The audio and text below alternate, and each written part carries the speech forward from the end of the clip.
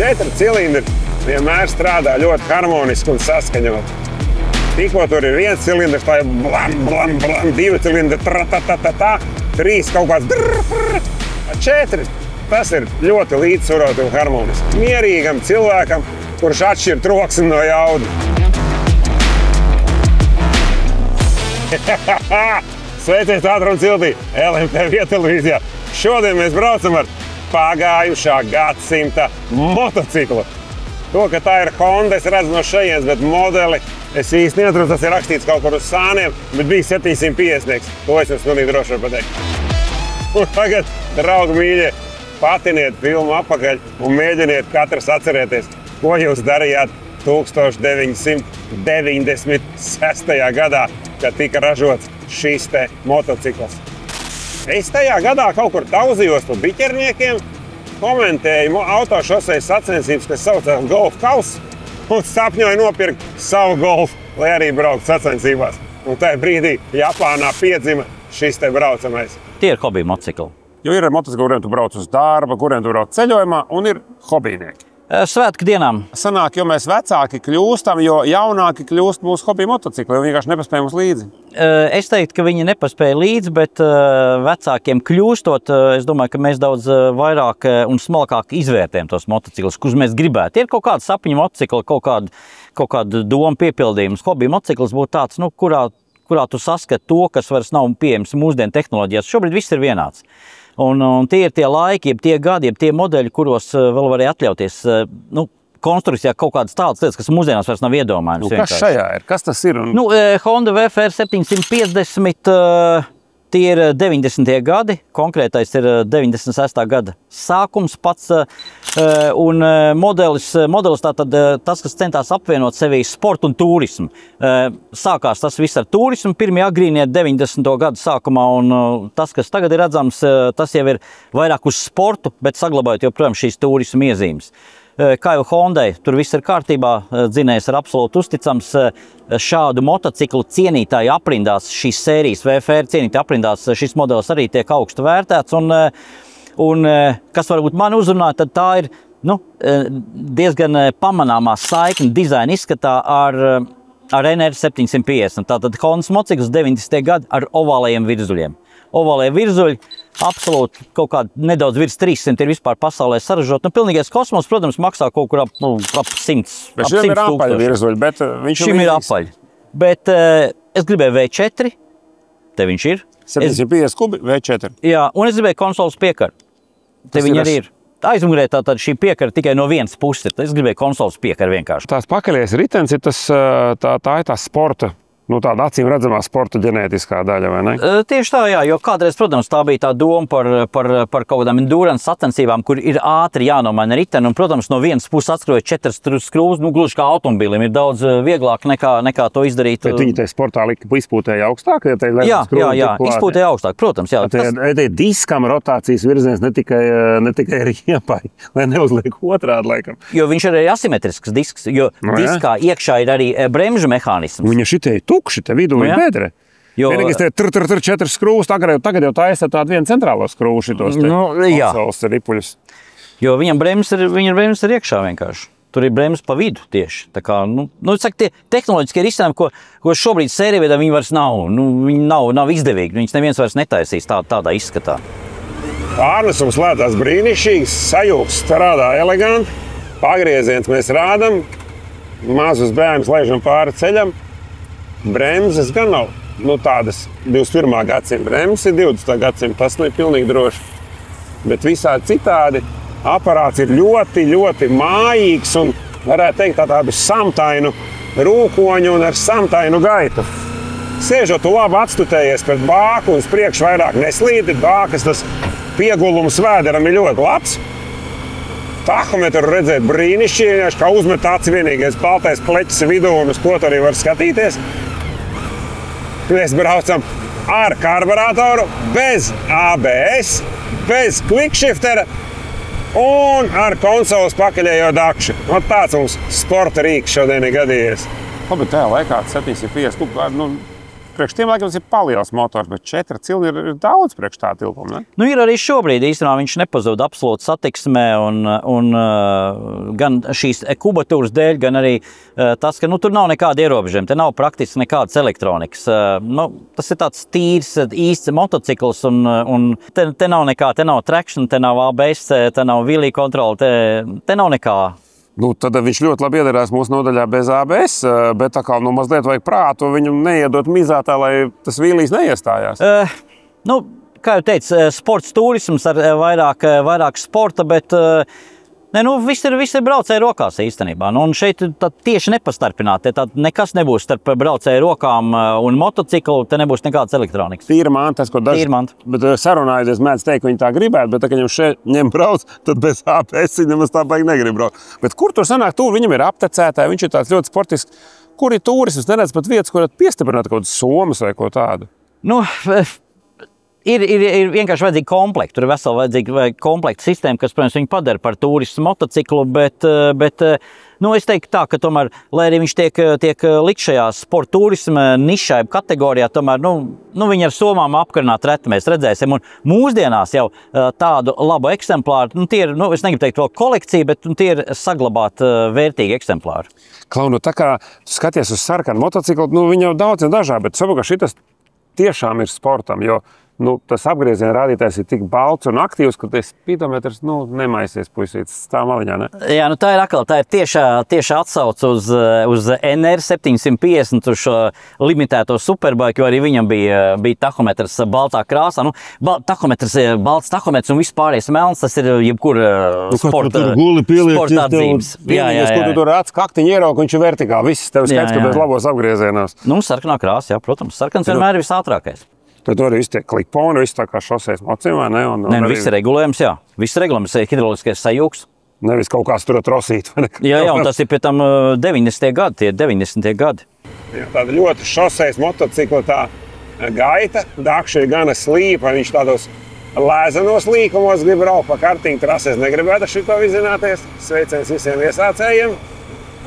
Prīmā vērķis, ļoti laba ergonomika. Viss ir pārskatāms, bāka pilna, motors uzsilis, kilometru stundā, atbilstoši pilsētas apstākļiem. Tā mēs te rulējam. Motocikls vispār tā ir tāda emocionāla lieta īstenībā, jo, teikt, ka šobrīd mēs ar motociklu kaut ko sadzīviski, laikam nē, tas ir priekš dvēseles, un ja ir iespējams izmantot motociklu ikdienā, tas vispār ir super. Klau, kā tu atradi šopiem tādu dzīvu un tādu frišu? Kā vienmēr tās ir pilnīgās nejaušības un pārskatot kaut vai, sekojot ikdienā arī kaut kādiem sludinājumiem, kas notiek Latvijā motocikla tirgu, tad ik pa brīdim uzpeld kaut kādas pērlītes, vienkārši jāspēj saskatīt, jo kādam citam tas ir vienkārši vecs, liels Japāņu motocikls, svars pār pat 200, kaut gan speedometrā arī ir 280, zirgi tikai nedaudz virs 100 zirgiem, kas tur tāds īpašs, bet ir jāstāsta komplektācija, ir jāpasako, jāpameklē, kas tas ir pa modeli. Vai viņš ir atstājis pēdas motobūvas vēsturē? Šī gadījumā ir atstājis. Tā bija galvenā doma, kāpēc izvēlējās. Kas viņam no tāds no motobūvas? Viņš no laukiem, no lauka rajonā, kaut kur no laukiem atnāk. Jā, bet tā motobūvas vēsture, kas viņam ir tāds tehnoloģisks, kas būtu tajā brīdī bijis svarīgs, pagrieziens vai parādība? Šī gadījumā tā ir modeļi. Tas ir modelis. Tātad jāskatās, kas ir Honda VFR 750, ar ko viņš sākās, kur viņš bija sportā, kādas bija lietas tehniskās tieši dzinējā. Tātad nav ķēdes motors, te ir zobrata motors, kas ir uzticamāks dzinēja novietojums, tur vesela rinda. Iedziļinoties šī modeļa evolūcijā, tur arī vairāk facelift viņam ir bijuši. Pilnīgi skaidrs, ka tur ar katru modeli nomet pa 300 gramiem, nomet pa gramam, padara kaut ko vieglāku, kaut kas nedaudz savādāks, kaut kādas citas tehnoloģijas, disks platāks, disks šaurāks. Tātad visu laiku tā attīstība notiek nepārtraukti. Tas ir pēdējais. Šis vāciņš, kas nosēd, tas pasažieru sēdeklis ir tur apakšā. Pēks ir, ja vajag, var apsēsties. Jā, bet parasti vienmēr visiem pazūd tie vāciņi. Viņus pazaudē, viņus neuzliek. Tas ir tā kā tā kā gaujas ķēžsarga. Pazūda viss. Jā, un pēc tam tas ir baigais deficīts. Klausies, bet mēs tādā mašīnas restaurēt lielākā tāda problēma ir šitās te visas šiltītes. Nu, tā kā tas neiesnīs printēt kaut kur uz printera. Nu, viņi labi saglabājusies, bet tu esi kaut ko līdz jaunu. Nē, viņi ir labi saglabājusies, bet, protams, ja iet runa par atjaunošanu vai restaurāciju, tad, nu, var dabūt arī šāds uzlīmes. Hondai var dabūt, jā. Šitās ir itīgi tāds maķenīt padilušas, bet redz, tad par šiem 30 gadiem nav nekas nenokasījies, nenoberzē, pat šis te tas... Nu, tas atkal by Hondel France. Tieši atsauc arī uz šīm piekarēm, kad ar Hondas motoru bija tātad sporta motocikls ar konsoles piekarēm gan priekšā, gan aizmugurē. Nu, tas arī absolūti ikoniski lieta. Un te visu laiku te pilns ar norādēm, atsaucēm uz kaut ko, kas ir bijis. Tas pat ķēdīte, kā jā, cik nospriegt. Tur ir kā zobrata nodalums. Kad līdz kuram var, jā? Jā. Nu jā, tas tomēr ir sporta motocikls ar vieglu attaisnojumu uz turismu. Ja ir dūša un var sataisīt bremzes, notiek, ka šito var arī diezgan labi pasportot. Jaudas tur pietiek, un tā šasi arī ir tam piemērot. Lai arī viņu var aizgriezt līdz 11,5 tūkstošiem ceļā, viņš no kaut kādiem 4-5 tūkstošiem pilnīgi brīvi, no tāda galīgi mierīgas gaitas. Diezgan jāstri pātrināties. Klau, bet tu tā kā pats tiec, tu viņu apkop galā, tev ir kaut kāds meistariņš, kurš spēj tur saprast tajos motoros. Manā gadījumā pats, protams, kā jau teicu, pie vecas tehnikas ir censies dabūt labu bāzīti, jo neņem vecu tādu samuļātu cerībā, ka sataisīs, bet ņem dzīvu. Jā, ņem dzīvu, jo tas remonts ir komplicēts, tīpaši tas attiec uz karburātoru motoriem, uz barošanas sistēmu, respektīvi uz karburātoriem, uz viņu membrānām. Tā ir vienmēr tā galvas sāpe visiem vecāku gadu motocikliem, tieši tāda veida. Tas arī ir karburātori. Jā. Tā kā, bet pārējais vairāk un mazāk dabūjams. Protams, tagad ir internets, tur ir fórumi, tur ir ārpāt, tur ir cilvēki, kas jau... kaut kāds dīzīts karburātoram var nopirkt? Var. Jaunas var dabūt? Var, jā. Tad jau nav tik traki. Nē, tā ir Honda. Jā, tas nav nekas tāds. Tā ir Honda, jebkur cita būtu grūtāk, tā ir Honda, un Honda joprojām var dabūt daudz, un arī viņi ir arī aftermarket detaļas ir daudz. Bet tas lukturs, es zinu, tā kā jaunam Volvo milzīgs. Kuram mocim šajos laikos tad tīdams plasmasas aizmugurē? Jā, lielie lukturi arī ir 90. gadu jau tāda pilna dizaina motocikla iezīme, tāda milzīga lukturi. Ja? Šobrīd, protams, mums viss uz lediem ir. Te visur joprojām ir vēl kvēlspulds. Tad te ir gabarīta lampiņu un bremžu lampiņu iekšā. Jā. Bet kā šitas nav nereizi nogāzies, ne izpūtējies saskrāpēts, ne te kaut kas, kāds motocikls ir izdzīvojis? Tas arī ir brīnums, bet tā ir tā vērtība, jā, tiešām. Jo šobrīd dabūt, it kā liekas kaut kādas vienkāršas lietas pagriezienas, viņas vairs nevar dabūt. Ir dažas lietas, ko vairs nevar dabūt. Šeit viņas neražo. Jā. Bet nav kaut kā aizgājis mode, piemēram, sākt printēt uz 3D kaut ko šitādas? Ar caurspīdīgām detaļām ir grūti, bet kā es redzēju nesen Āgenskalna moto pasākumā, tad jā, ar 3D jau plasmas lietas var sākt printēt jau čeļ, jā. Kaut ko vienkāršāk jau varētu uztaisīt. Te jautājums vienmēr ir par to izturību detaļas. Priekšējā lukturi arī tieši atsauc uz NR 750. Tieši šis, tur gan lukturs ir no viena gabala, viņš viņš ir vizuāli sadalīts, bet arī NR 750, tas ir raksturīgais, divi lukturi ar tādu skatienu. Protams, tas ir nedaudz šaurāks, bet... tā cilvēciski seja viņam. Jā. Ir daudz cilvēks kā motociklos, tikai jāmāk to ieraudzīt. Jā, un arī te pagriezienēs, tā kā tagad uz kātiņiem, bet ir iekšā korpus. Jā, viss no viena gabala. Aerodinamika labi ir. Es nezinu, vai motocikli ir kā investīcija. Varbūt iet runa par kaut ko tiešām, jau pieminētais NR 750, it kā investīcija, jā. Bet es viņu brauktu, es viņu neturētu celofānā. Kam tad nākamajai dzīvē? Tieši tā. Jo es visiem, kas arī saka, viņi nopērk to veco mašīnu kā investīcijas, viņam saka, tu parēķini. Gāraža vecerīgā maksā 200 eiro mēnesī. Tātad tu gadā notērē, tur 2400. 10 gadus noturēja. Pa cik pieaug tavu Porsche vērtību pa to laiku? Kaut kur turpat. Tieši tā. Tā investīcija, tu vienkārši aizņem kaut kur pasaulē vietu. Un tev liekas, ka viņi pa brīvu. Šīs lietas tomēr, vismaz es domāju, te uz vietas, ir jābrauc. Nevajag braukt katru dienu ar viņu, bet ir vesela rinda pasākumu, kuros šobrīd, youngtimer līmeņa motocikli, gadi gāja motocikli ir laipni gaidīt, un tu tiešām aizbrauc, tu tu izcelies, tu skaties uz līdzīgiem motocikliem, līdzīgiem braucējiem. Tas kā vienmēr tāda entuziasma, tāda kaut kāda aizraušanās, tāda lieta tā ir. Jā, tur ir kaut kas tāds tieši tā braukšanas prieks caur to, ka tev kā tik nesalūst, kā tik nenodilst. Tu vēl viņu esi dabūjis tajā, ka viņš nav šausmīgi dārgs, tev nav galīgi bail, ka viņš nokritīs zemē, un tu ar prieku gāzēt, viņš arī neizjuks. Ja viņš neizjuks, jā, un par to braukšanas arī sajūtām ļoti uzskatām tagad bija, kad ir gada motociklu konkurss, kad bija iespēja izbraukt ar visu, kas pēdējiem, pilnīgi pēdējiem modeļiem, ja, un, protams, pārsēžoties uz kaut ko tādu, liekas, ka viņš vispār nebremzē, nebrauc un neamortizē. Bet paiet pāris dienas un viss nostājas savās vietās atkal. Tu piemērojies motociklam, motocikls piemērojās tev un atkal izveidojas tā saikne.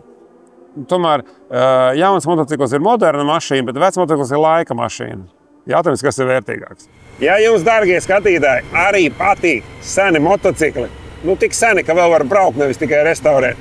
Ņemiet, ciet, pameklējiet, sludinājumā noteikti var atrast kāds romantiķis tirgo savu veco nost, airauc un apskaties.